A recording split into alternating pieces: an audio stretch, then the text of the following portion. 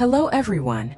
Today I'm back with another episode of the story about the poor girl, Sam. I hope you enjoy the video. After completing all the bail procedures, Lee stepped out of the office with a heavy heart.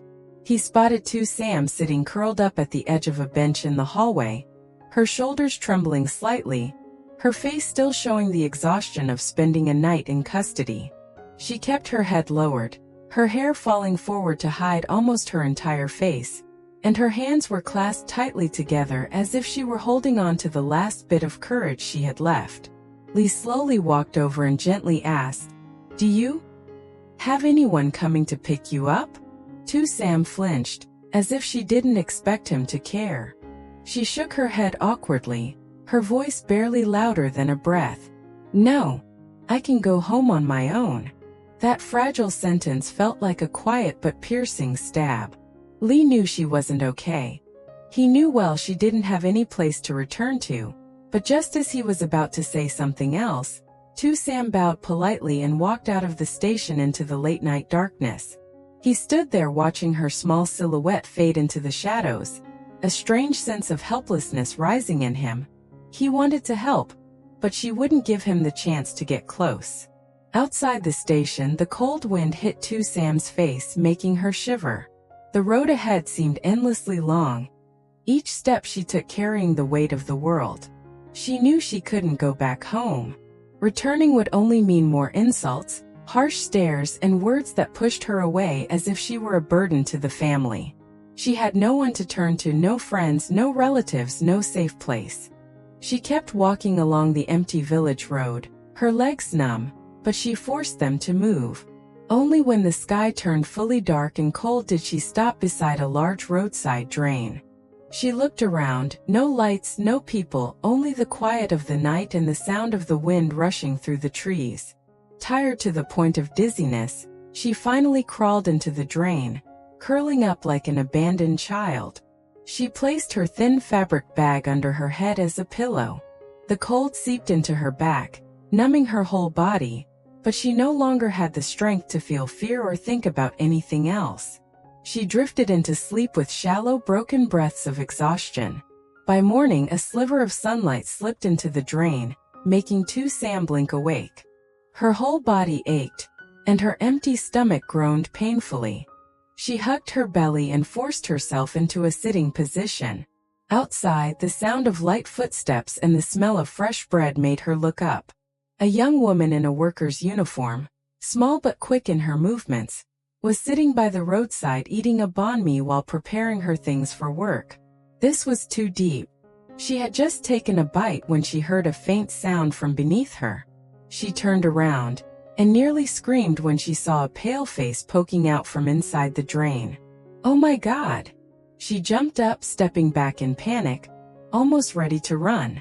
Startled, Sam reached out her hand quickly. Don't run. I'm not a bad person." Her voice trembled so much it didn't sound like someone capable of harming anyone. Diep froze. Her heart still pounded wildly, but she began observing more carefully. She noticed how thin and exhausted Sam looked. Dark eye bags, dusty clothes, a girl who seemed more worn down by life than dangerous. After a few seconds, Diep finally calmed herself and sat back down by the roadside, though she kept a safe distance. "Who are you, and why were you sleeping in there?" she asked cautiously. Sam stared at her hands for a long moment before replying softly, I have nowhere else to go. I was misunderstood. Kicked out of my house." Her voice cracked, as if any additional words would bring tears spilling out. The more Diep looked at her, the more she felt this girl wasn't scary at all. Something about her, the honesty, the wounded sadness, softened her heart. They talked a little. Not much, but enough for Diep to understand that Sam was in a terrible situation. Then suddenly, Sam's stomach growled loudly, clear enough that she immediately lowered her head in embarrassment. Diep let out a small laugh, not to mock her, but out of sympathy. She broke her bread in half and extended it toward Sam. "Here, eat this. You look like you're about to pass out. Don't worry, I still have another one." Sam widened her eyes and instinctively refused. No, it's your food. But Diep firmly placed the bread into her hand. Take it. People should help each other. If you faint here, I wouldn't know what to do. Sam accepted it with trembling hands, holding it as if it were something precious. The moment she took the first bite, the warm, simple taste made her eyes sting. She lowered her head to hide her red eyes. Even the smallest kindness was enough to make her, after days of loneliness, feel as though she still deserved to live, to be treated with genuine compassion. In that quiet, simple moment by the empty roadside, two strangers connected more sincerely than any polished words could. After chatting for a bit, Diep stood up, dusting off her pants. She placed a gentle hand on Sam's shoulder and said softly but encouragingly, "Hang in there, okay? No one suffers forever. If today is hard, tomorrow might be a little better. Don't give up." She smiled, bowed politely, then hurried toward the factory before she was late. Right before turning into a small alley, she turned back and waved. "If you're hungry or something happens, come find me at work. I'll help however I can." Sam watched the small figure disappear into the distance, and warmth slowly spread in her chest. Life was cruel, but there were still strangers willing to reach out to her. She took a deep breath, straightened her clothes, and decided to return to the wood workshop to ask for her job back. At this point, just having work was already a blessing. While Sam made her quiet, determined walk back to the workshop, on the other side of the village, Officer Lee was throwing himself into the investigation of the stolen phone case. The more he looked into it, the more he realized nothing matched Bitch's statement. Too many details were off: timing, location, witness accounts. Everything pointed to one truth. Sam was not the culprit. Every time he remembered her frightened expression in the interrogation room, a strange ache pressed against his chest. After hours of gathering information, Lee decided to visit Sam's home to clarify a few details, and also to make sure she was safe. He knocked gently. Bitch opened the door, startled for a second before quickly switching to a sweet facade. "Oh, Mom, Officer Lee is here. Looking for my sister Sam." She exaggerated the words intentionally, trying to plant some misleading idea in his head. Sam's mother came out, glancing at Lee from head to toe. When he asked, "Has Sam come home yet? I need to verify some information." Both mother and daughter exchanged an oddly guilty look. Just 1 second later, they started bad-mouthing her non-stop. "Oh Lord, she hasn't come home all night. A girl should know how to behave. Don't know where she went or who she was with." "Yes, officer, lately she keeps going out late at night. We don't even know who she's hanging around with." Bitch pretended to sigh, but the corner of her lips twitched with satisfaction. Maybe she caused trouble again and ran away. A proper girl wouldn't sleep outside like that. The words flowed too smoothly. It was obvious they had prepared them in advance. But what disgusted Lee the most was the way they spoke about Sam. Careless, emotionless, as if she were broken property, not a human being. Lee stayed quiet. He didn't argue. He didn't defend her. But his eyes darkened, clearly rejecting every lie they spilled. He had seen the panic in her eyes when she was accused, seen her fragile state when she was thrown into custody, seen her desperate struggle to avoid breaking. A girl like that, how could she possibly be the troublemaker they painted her to be? He inhaled deeply and kept a polite tone. "I understand. Thank you. If you see her, please tell her to contact me." No confrontation, no raised voice. But inside he had already decided what was true. He bowed respectfully and walked away from the house filled with deceit. On the road, uneasiness gnawed at him. Sam had no home to return to. So where was she now? Was she safe? Was someone hurting her? The more he thought, the faster he walked, driven by a strong, inexplicable urge. That girl was fighting against the whole world alone. He didn't know why. But he knew one thing for sure. He couldn't let her stay lost and alone any longer. After leaving Sam's house, Officer Lee ran straight to the wood workshop where he knew she used to work. He wasn't sure if she would return there, but something inside him kept urging him to find her no matter what. At noon, the workshop was still filled with golden dust hanging in the air. The sound of saws and hammering echoed steadily from inside. Lee stepped in, scanning the area, then suddenly stopped when he saw a familiar figure sitting curled up beside a pile of cut wood. Long messy hair, a thin face, and a pair of hands tirelessly wiping each piece as if clinging to the work to forget everything else. Tử Sam.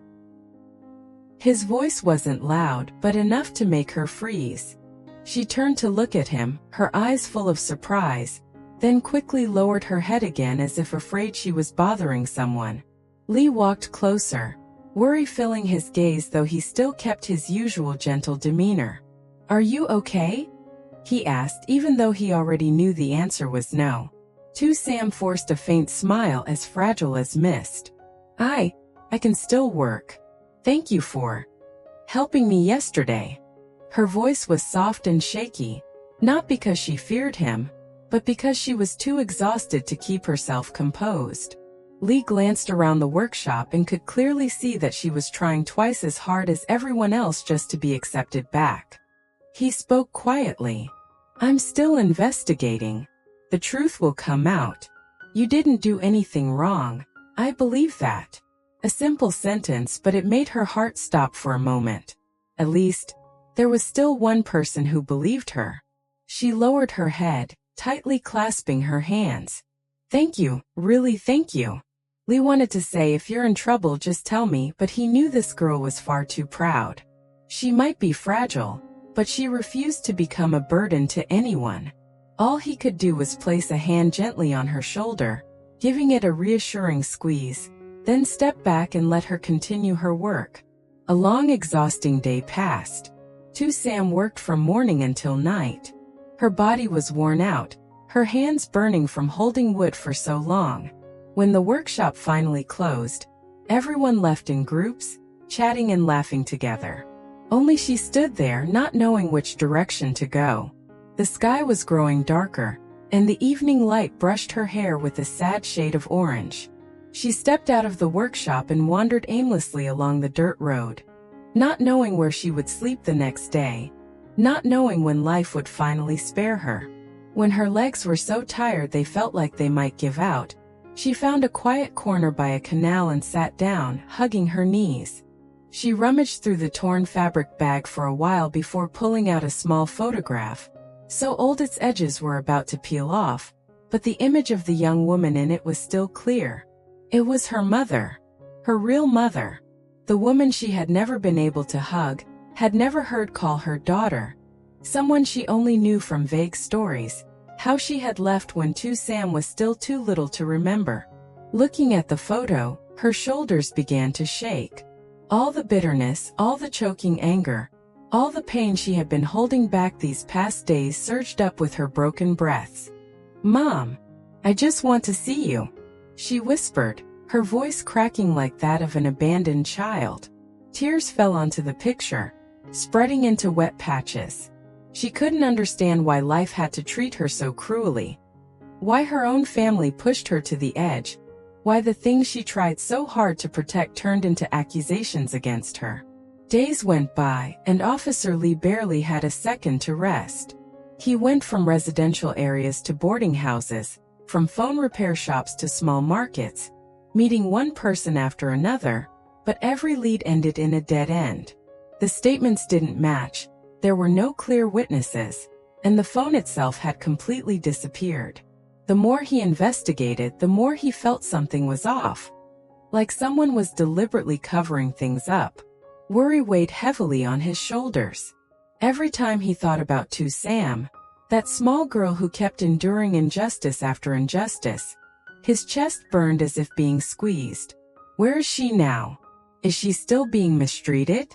The more anxious he felt, the more restless he became, but he had no choice except to continue the investigation in a mix of exhaustion and anger. Meanwhile, that day, Sam gathered all her courage to return home. She thought that even if they had kicked her out, even if they had misunderstood her, that was still her home. The place where she grew up. Maybe they had calmed down. Maybe things wouldn't be so harsh anymore. But as soon as she stepped through the gate, before she could even call out, bitch stormed out from inside, her face full of contempt. You still dare to show your face here? Her voice was sharp and piercing like a blade. Startled, Sam stepped back. I just want to come home. Home. Bitch let out a mocking laugh. Since when is this place still your home? Sam stood frozen, unable to understand why bitch treated her so cruelly. She remembered when they used to play together as children. How had it all turned into hatred like this? But before she could say anything, bitch spat out even more venomous words. You've shamed this family enough. Everyone thinks you're a thief. And you still dare to come back? What do you want?